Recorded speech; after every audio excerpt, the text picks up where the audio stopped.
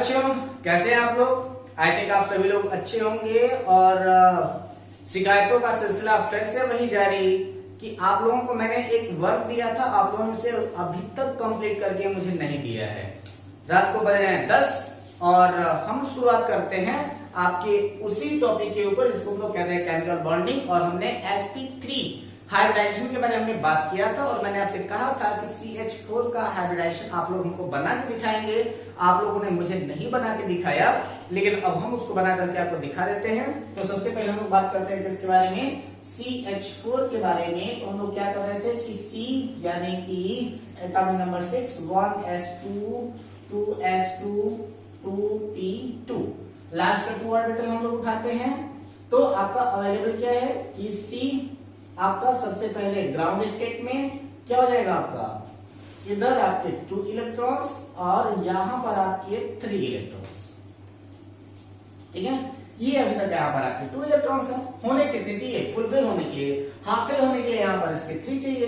तो C इसका excited कराते हैं, यानी कि एक इलेक्ट्रॉन उसको उठा करके थोड़ा सा बाहर फेंकते हैं।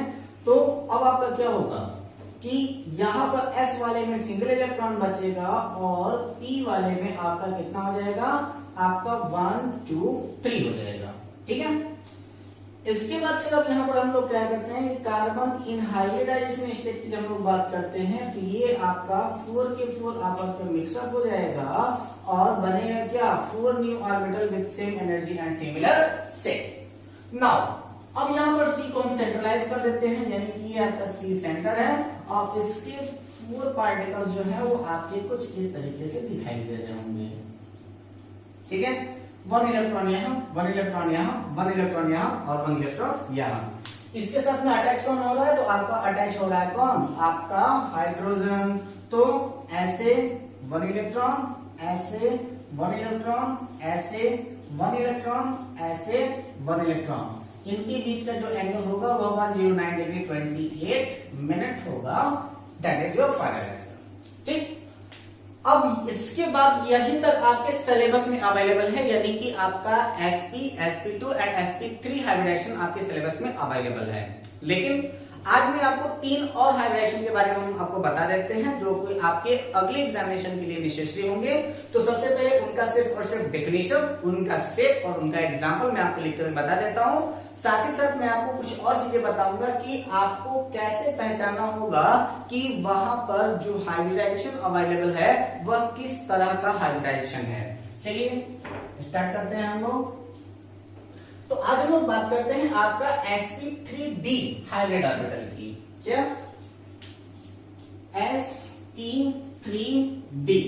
ठीक है, तो हम लोग क्या कहते हैं कि when 1s orbital 1 and the 3p orbital and 1d orbital mix up together to form 5 new orbital with same energy and similar shape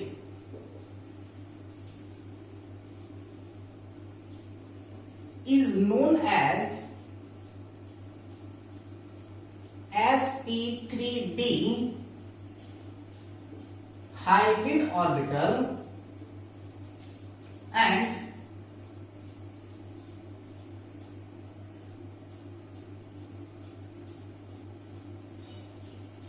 hybridization is known as sp3d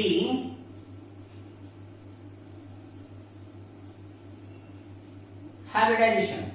okay, अब यहां पर डिपेंड क्या करता है कि इसका शेप क्या है और इसका एंगल क्या है। तो सबसे पहले हम लोग देख लेते हैं इसका शेप क्या क्या हो सकता है। तो sp3d है ना, तो यहां पर इसका 5 एंगल जनरेट हो रहा है, तो इसको हम लोग कह सकते हैं कि इसका स्ट्रक्चर होगा सी सॉ सेट। ठीक है, जो आपका शीशा झुला होता है ना, उसी के तरीके से। तो शीशा शेप्ड हो सकता है, या फिर इसका स्ट्रक्चर टी शेप्ड हो सकता है जब लोन पेयर अवेलेबल होगा। ठीक है, किस तरीके से हो सकता है, तो टी शेप्ड हो सकता है, या फिर इसका कुछ केसेस में इसका शेप जो होता है वो लीनियर भी हो सकता है। ठीक है, तो ये इसके 3 शेप्स हो सकते हैं। और इसके अकॉर्डिंग जो इसका एंगल होगा, तो आपका मैंने क्या कहा था कि sp3 का कितना बताया था मैंने, 109 डिग्री 28 मिनट बताया था। और यहाँ पर जो आपका sp3b है, इसका एंगल कुछ में 120 जनरेट होता है और कुछ में 90 डिग्री जनरेट होता है। ठीक है, तो इन दोनों को आप लोग ध्यान दीजिएगा। जैसे ही अगर हम लोग को यहाँ पर कह दिया जाए कि sp3d2 के लिए, तो हम लोग क्या कहेंगे कि when 1s orbital, 3p orbital and 2d orbital are mixed together to form 6 new orbital with same energy and similar shape is known as sp3d2 hybrid orbital, and hybridization is known as sp3d2 hybridization। Change यहाँ पर क्या होना है, तो यहाँ पर इनका shape change हो जाएगा और इनका एंगल चेंज हो जाएगा। तो इसका शेप क्या क्या हो सकता है, तो इसका हम लोग कहते हैं स्क्वायर पिरामिडल, स्क्वायर पिरामिडल हो सकता है, या फिर स्क्वायर प्लेनर हो सकता है, स्क्वायर प्लेनर हो सकता है। एंगल इसका जनरेट कितना होगा, तो इसका एंगल जनरेट होगा ओनली 90 डिग्री। ठीक है, इसका एंगल कितना जनरेट होगा, 90 डिग्री का। इसका अगर एग्जांपल लेना हो तो थोड़ा सा एक मिस्टेक हुई है, उसको मैं सुधार देता हूं कि अगर आपका sp3d का अगर हमको एग्जांपल रखना हो, तो इसका एग्जांपल हम लोग क्या क्या रख सकते हैं। तो जब आप sp3d की बात करेंगे तो हो सकता है कि उसका एग्जांपल हो जाएगा आपका pcl5, या फिर आपका pf5 हो सकता है, etc। ठीक है, यानी कि जहां पर आपका 5 सिग्मा क्रिएट होगा, वहां पर आपका क्या होगा, sp3d होगा। अगर इसका हम लोग sp3d2 का यानी कि 6 न्यू ऑर्बिटल वाले का अगर हम लोग बात करें, तो यहाँ पर क्या हो सकता है, तो यहाँ पर आपका sf6 हो सकता है एग्जांपल में, या फिर आपका SnCl4 डबल माइनस हो सकता है इसका एग्जांपल। ठीक है, अगर यहाँ पर हम लोग बात करना हो जाए कि आपका sp3d3 के लिए, तो अब क्या हो जाएगा, when 1s orbital, 3p orbital and 3d orbital are mixed together to form 7 new orbital। सारा डेफिनेशन आप लोग लिखते जाएंगे जैसे जैसे मैं आपको बताता जा रहा हूं। Together to form 7 new orbital with same energy and similar shape is known as sp3d3 hybrid orbital, and hybridization is known as sp3d3 hybridization। फिर से चेंज क्या होना है, चेंज होना है इसका शेप, इसका एंगल। तो शेप और एंगल इसका क्या हो जाएगा, फटाक से देख लीजिए उसको। और इस चैप्टर को हम लोग करते हैं फिनिश, यानी कि हाइब्रिडेशन को करते हैं हम लोग फिनिश। तो अब यहाँ पर क्या हो जाएगा इसका, इसको हम लोग कहते हैं ऑक्टाहेड्रल, ऑक्टाहेड्रल। ठीक है, एग्जाम्पल के लिए हम लोग क्या एंगल इसका कितना हो जाता है, तो इसका एंगल हो जाता है आपका 72 डिग्री और 90 डिग्री, 72 डिग्री एंड 90 डिग्री। कुछ जगह ऐसी होती है जहां पर आपका 72 डिग्री एंगल आता है, और कुछ जगह ऐसी होती है जहां पर इसका एंगल 90 डिग्री आता है। एग्जाम्पल के लिए अगर हम लोग रखना चाहें तो हम लोग रख सकते हैं क्या, आपका IF7 को हम लोग यहाँ पर रख सकते हैं। ठीक, तो ये आपके थे कुछ इंपॉर्टेंट आपके हाइब्रिडाइजेशन। अब इस इंपॉर्टेंट हाइब्रिडाइजेशन के अकॉर्डिंग हम लोग कुछ और फैक्ट्स के बारे में बात करते हैं कि और फैक्ट इनके अंदर क्या क्या हो सकते हैं। जैसे कि अभी तक मैंने आपको ये बताया था कि आप सिग्मा काउंट करो, सिग्मा काउंट के ही अकॉर्डिंग आप आसानी से ये बता सकते हो कि उसमें हाइब्रिडाइजेशन कौन सा है। जैसे कि अगर हम लोग बात कर ले स्ट्रक्चर आपका बनाने क्या, आपका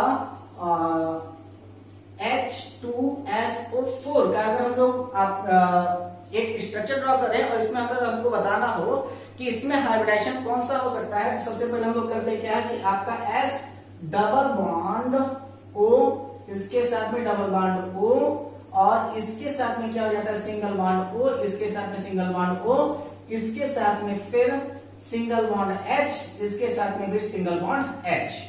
ऐसी कंडीशन अगर आती है तो अब यहाँ पे कह क्या रहा है कि इस सल्फर का जो है वो आपका हाइब्रिडाइजेशन क्या है। सल्फर का हाइब्रिडेशन अगर हमको चेक करना हो तो ध्यान दीजिएगा, ये सिग्मा, ये पाई, ये सिग्मा, ये पाई, ये सिग्मा, ये सिग्मा। तो इस सल्फर की साइड में कुल कितना सिग्मा, तो यहां पर आ जाता है आपका 4 सिग्मा, यानी कि ये आपका sp3 हाइब्रिडाइजेशन होगा। आप लोग चेक कर सकते हो, नेट आपके पास अवेलेबल है, चेक कर लेना। यहाँ पर आपका H2SO4 में सल्फर का कौन सा हाइब्रिडाइजेशन होता है, तो वो आपको डायरेक्ट बताएगा कि वो आपका sp3 हाइब्रिडाइजेशन होता है, एंगल 109 डिग्री 28 मिनट होगा। ठीक है, इसके बाद अगर हम लोग कहें कि अगर आप मान लीजिए कि हमसे अगर एग्जांपल में पूछ दिया जाता है, कोई भी अगर एग्जामिनेशन है और उस पर हमसे पूछ दिया जाए कि जैसे कि अगर आपका PCl5 है, तो PCl5 में कौन सा हाइब्रिडाइजेशन, तो सीधे सीधे करो क्या, फास्फोरस, एक Cl इधर, एक Cl इधर, एक Cl इधर, एक Cl इधर, एक Cl इधर। ठीक है, तो अब यहां पर जैसे ही इसका एग्जांपल पूछा तो आपने क्या किया, 1 sigma, 2 sigma, 3 sigma, 4 sigma, 5 sigma, total sigma कितने, 5 सिग्मा जनरेट हुए। 5 सिग्मा का मतलब होता है, मैंने आपको बताया था कि 5 सिग्मा का मतलब होता है 5 sigma is equal to sp3 dehybridization. Check कर लो, इसमें sp3 डिहाइब्रिडाइजेशन ही होगा। चाहे नेट पर चेक करना हो तो नेट पर चेक कर लो, या फिर इसको थोड़ा सा पीछे करके देखना हो तो आप देख सकते हो कि मैंने आपको जब sp3d के बारे में बताया था तो मैंने इसमें इस एग्जांपल को भी बताया था। इसके मतलब हमसे कह दिया जाए कि SF6 मॉलिक्यूल अगर अवेलेबल है हमारे पास, तो उसमें कौन सा हाइब्रिडाइजेशन होगा, SF6 हाइब्रिडाइजेशन। जो मैं ट्रिक बता रहा हूं वो कुछ सिलेक्टेड के लिए ही नहीं बल्कि सबके लिए यह ट्रिक काम कर जाएगी। कुछ ऐसे हैं जो आपके एक्सेप्शन है जिनके ऊपर यह ट्रिक काम नहीं कर पाएगी। तो SF6, तो यहां पर आप सल्फर, एक फ्लोरीन इधर, सेकेंड फ्लोरीन, थर्ड फ्लोरीन, इसके बाद फिर फोर्थ फ्लोरीन, फिफ्थ फ्लोरीन और आपका 6 फ्लोरीन। सिग्मा कितना, 1 2 3 4 5 6, क्योंकि मैंने बताया था कि जहां पर सिंगल बॉन्ड होता है वहां पर आपका सिग्मा बॉन्ड ही होता है। टोटल सिग्मा कितना, तो 6 सिग्मा, मतलब कि आपका sp3d2 होगा। चेक कर सकते हो आप लोग नेट पे उठा के। अगर सपोज करो कि अगर हमसे कह दिया जाए IF7, तो आपको पता है कि जो आपका आयोडीन है वो हैलोजन फैमिली का है, यानी कि उसके आउटर मोस्ट में 7 इलेक्ट्रॉन है, यानी कि आपका है IF7। इसका हाइब्रिडाइजेशन चेक करना हो तो क्या होगा, तो सपोज कीजिए इसका हाइब्रिडाइजेशन हम लोग चेक कर लेते हैं। तो IF F F F F F 1 2 3 4 5 6, एक कहीं और डाल दो, 7 हो गया। अब देखो 1 2 3 4 5 6 7 सिग्मा, यानी कि नंबर ऑफ सिग्मा कितना, 7 सिग्मा, यानी कि ये होगा आपका sp3d3। ठीक है, चेक कर सकते हो आप अपने नेट पर। अब अगर सपोज करो कि हमारे पास कुछ एग्जामिनेशन में थोड़ा सा हायर एग्जामिनेशन की ओर चले और आपको तो टारगेट वही है कि आप कंपटीशन की ओर जाना चाहते हो, तो कंपटीशन एग्जामिनेशन में कभी कभी कहता क्या है कि calculate the hybridization of selected, कोई एटम देता है और उस सेलेक्टेड एटम का अगर आपको निकालना हो, जैसे कि अगर सपोज करो कि यहां पर आपका अवेलेबल हो H2O, और इस H2O में अगर आपसे कह दिया जाए कि which types of hybridization are present in H2O, तो देखो क्या हो सकता है, ऑक्सीजन सिंगल बॉन्ड इधर, सिंगल बॉन्ड इधर, यानी कि एक सिग्मा ये, एक सिग्मा ये, सीधे सीधे आपका क्या किया कि सिग्मा कितना, 2 सिग्मा, यानी कि आपने बता दिया sp हाइब्रिडाइजेशन लीनियर शेप होगा, बात खत्म।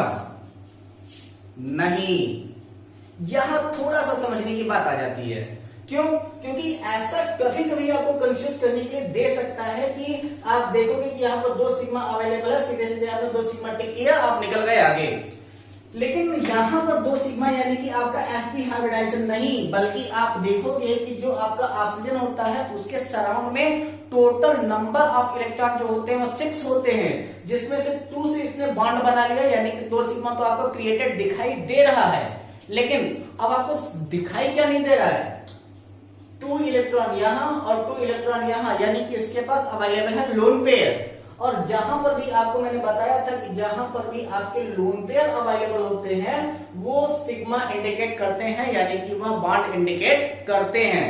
तब अब बताओ कि यहाँ पर 2 लोन अवेलेबल होने की वजह से टोटल नंबर ऑफ सिग्मा कितने हो गए, 1 2 3 4 सिग्मा। अब यहाँ पर हो गए आपके 4 सिग्मा, यानी कि आपका हाइब्रिडाइजेशन होगा sp3 हाइब्रिडाइजेशन।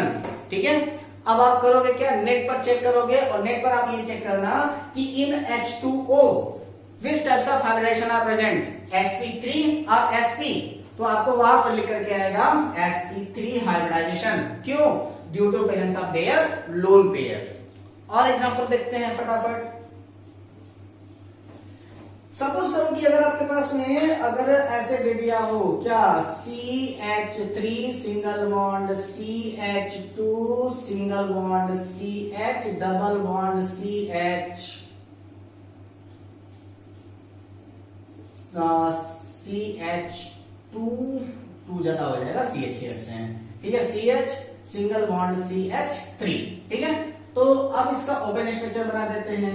क्या है, C यहां पर आपके 3 इलेक्ट्रॉन्स, 4 हो गया इसका कंप्लीट। इसके पास में भी हमने क्या किया, इसको थोड़ा सा सेंट्रलाइज करके ऊपर नीचे हाइड्रोजन लगा दो, इसके लिए भी ऊपर हाइड्रोजन लगा दो, 1 2 3 4 हो गया। अब इसके पास में यहाँ पर भी हाइड्रोजन लगा दो, 1 2 3 4 हो गया, और इसका भी थोड़ा सा ओपन कर दो, ठीक है। अब यहां पर कहता क्या है कि calculate the hybridization of any selected carbon. अब वो क्या करेगा कि किसी भी दूसरे वाले के लिए कह देगा, तीसरे वाले के लिए कह देगा। जिसे सपोज करो कि अगर इस वाले कार्बन के लिए कह दिया तो इसका हाइब्रिडाइजेशन क्या होगा, इस वाले कार्बन के लिए कह दिया तो इसका हाइब्रिडाइजेशन क्या होगा, ठीक है।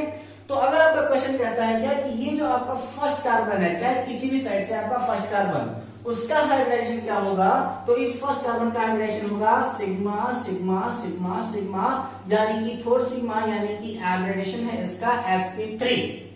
लेकिन जैसे अगर आपको इस वाले सिग्मा के लिए, इस वाले कार्बन के लिए कह दिया तो sigma sigma pi sigma, total sigma कितना 3 सिग्मा, और 3 सिग्मा का मतलब sp2 हाइब्रिडाइजेशन। आप देख सकते हो कि किसी भी एक ही चेन में इस वाले कार्बन का हाइब्रिडाइजेशन sp2 था और इस वाले का हाइब्रिडाइजेशन sp3 था।